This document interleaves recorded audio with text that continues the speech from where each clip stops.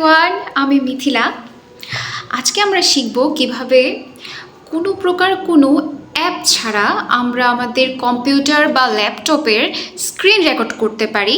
তুমি যদি Windows user হও তাহলে আমরা আমাদের এক্সবক্স গেম বার দিয়ে আমাদের কম্পিউটার বা ল্যাপটপের স্ক্রিনগুলো রেকর্ড করতে পারবো।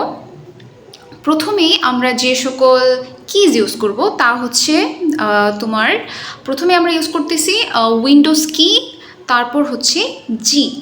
এই দুটো কি একসাথে যদি প্রেস করি তাহলে আমাদের এক্সবক্স গেম বারটি আমাদের স্ক্রিনে দেখা যাবে।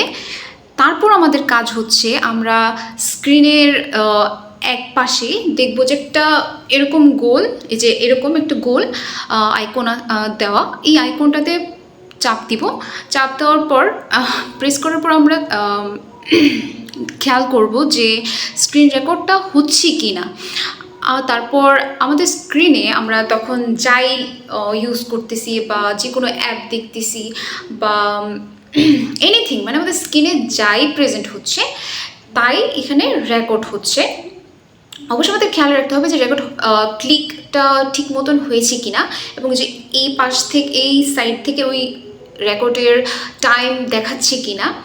তারপর হচ্ছে আমাদের স্ক্রিনে আমরা সকল কিছু রেকর্ড করার পর আমাদের মন মতন তারপর আমরা ক্লিক করব হচ্ছে আবার এই বাটনে, অ্যান্ড দেন তারপর আমাদের স্ক্রিন আমরা যতটুকু চাই ততটুকু রেকর্ড অলরেডি হয়ে গেছে।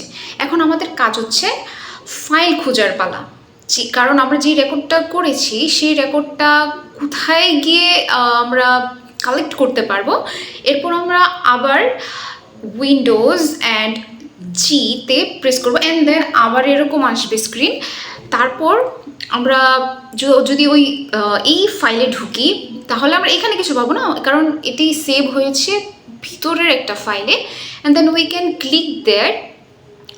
তারপর আমরা এখানে আমাদের মন মতন বা আমরা স্ক্রিনে যে সকল ভিডিও বা এনিথিং রেকর্ড করেছি, স্ক্রিন রেকর্ড করা হয়েছে, ওই জিনিসটা আমরা পেয়ে যাব, মানে ওই ভিডিওটা আমরা পেয়ে যাব।